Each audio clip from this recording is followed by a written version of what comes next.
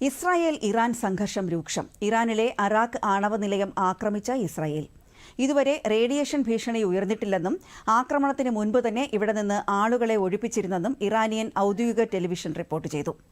ടെഹ്റാനിലെ ഇറാന്റെ ആഭ്യന്തര സുരക്ഷാ ആസ്ഥാനം തകർത്തതായും പടിഞ്ഞാറൻ ഇറാനിലെ 40 കേന്ദ്രങ്ങളിൽ വ്യോമാക്രമണം നടത്തിയതായും ഇസ്രായേൽ അവകാശപ്പെട്ടു. ഇറാനിലെ സൈനിക കേന്ദ്രങ്ങളും ആക്രമിച്ചതായി ഇസ്രായേൽ അവകാശവാദം ഉന്നയിച്ചു. അതേസമയം ഇസ്രായേലിനെതിരെ തിരിച്ചടി ശക്തമാക്കി ഇറാൻ. ഇസ്രായേലിലെ ആശുപത്രിക്ക് നേരെ ഇറാൻ മിസൈൽ വർഷിച്ചു. ആക്രമണത്തിൽ നിരവധി പേർക്ക് പരിക്കേറ്റു. എന്നാൽ ഇറാൻ ആശുപത്രികൾ ആക്രമിച്ചത് യുദ്ധക്കുറ്റമെന്ന് ഇസ്രായേൽ ആരോപിച്ചു. അതിനിടെ ഇറാൻ വിഷയത്തിൽ എന്ത് നിലപാട് സ്വീകരിക്കണമെന്ന് തീരുമാനിച്ചിട്ടില്ലെന്ന് അമേരിക്കൻ പ്രസിഡന്റ് ഡൊണാൾഡ് ട്രംപ് വ്യക്തമാക്കി.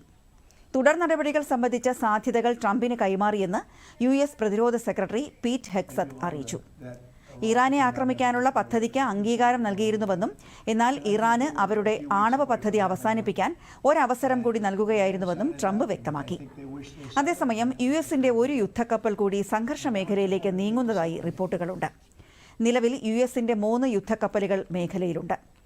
നിരുപാധികം കീഴടങ്ങണമെന്ന് ഡൊണാൾഡ് ട്രംപ് ആവശ്യപ്പെട്ടതിന് പിന്നാലെ ശക്തമായ മറുപടിയുമായി രംഗത്തെത്തിയിരിക്കുകയാണ് ഇറാനിയൻ പരമോന്നത നേതാവ് അയത്തുള്ള അലി ഖമേനി.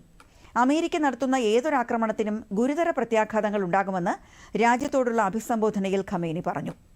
അടിച്ചേൽപ്പിക്കുന്ന സമാധാനമോ യുദ്ധമോ ഇറാൻ അംഗീകരിക്കില്ലെന്നും അദ്ദേഹം പറഞ്ഞതായി ഇറാന്റെ വാർത്താ ഏജൻസിയായ തസ്നിം റിപ്പോർട്ട് ചെയ്തു.